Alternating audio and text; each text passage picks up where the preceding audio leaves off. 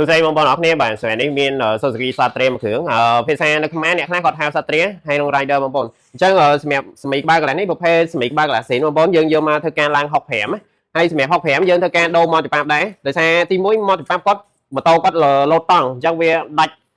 អាម៉ូតនេះបើនេះដាច់ច្បាប់វាច្រាមនេះតិចអស់អញ្ចឹងយើងធ្វើការផ្លាស់ម៉ូតដែរចំនួន3គ្រាប់បងប្អូនអញ្ចឹងយើងដូរម៉ូតហើយយើងដាក់ច្បាប់លេខ4គ្រាប់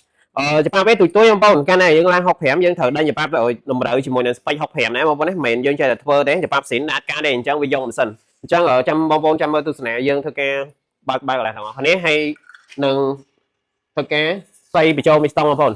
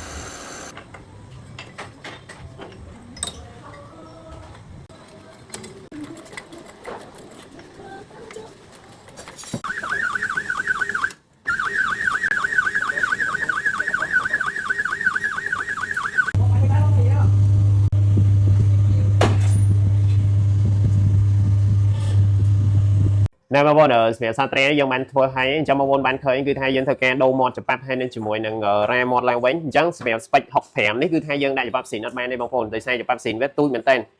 សម្រាប់កបេនកសម្រាំងក៏យកទៅធ្វើខ្លួនឯងបងប្អូនព្រោះអីដោយសារគាត់ទិញកបបិចអញ្ចឹងយើងគាត់យកទៅខ្វៀលដេញខ្លួនឯងហើយពាក់ព័ន្ធនឹងសមីស៊ីនយើងស្លងឡើងវិញបងប្អូនដោយសារសមីពួកវានេះគឺថាសមីសេរ៉ាមិកអញ្ចឹងខណៈខ្ញុំថតកាត់ឲ្យបងប្អូនមើលទេខណៈយើងសៃបញ្ចូលទេបងប្អូនសម្រាប់មីស្តង់65នេះគឺថាខ្ញុំហ៊ានធានាឲ្យបាទបងប្អូនដែលចូលចិត្តជីខ្លាំងបាទពួកអានេះគឺថាវាលះល្អបងប្អូនពួកអាសាត្រានេះគឺថាមិនបាច់លេងឲ្យច្រើនទេលេងតែមីស្តង់ឲ្យក្បាលកន្លះប៉ុណ្្នឹងគឺថាដឹងតែញាក់បានបងប្អូនអញ្ចឹងពាក់ព័ន្ធនឹង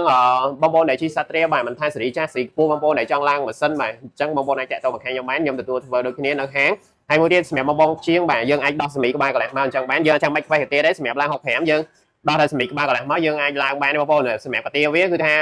ធំមែនតើអញ្ចឹងយើងអាចដាក់អំពងធំជាងហ្នឹងក៏បានដែរអញ្ចឹងសម្រាប់បងប្អូនមែន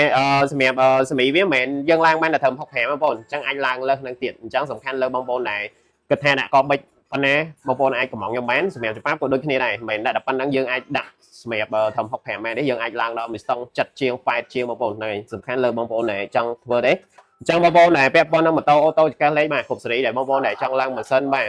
ខ្លាំងជាងស៊ីនបងប្អូនអាចតាក់ទងមកខាងខ្ញុំបានបាទខ្ញុំទទួលធ្វើ25ខែក្រុងអញ្ចឹងបងប្អូនដែលចង់ដឹងតម្លៃឬមួយក៏ព័ត៌មានលម្អិតបងប្អូនអាចឆាតចូលក្នុង page បាទអរគុណ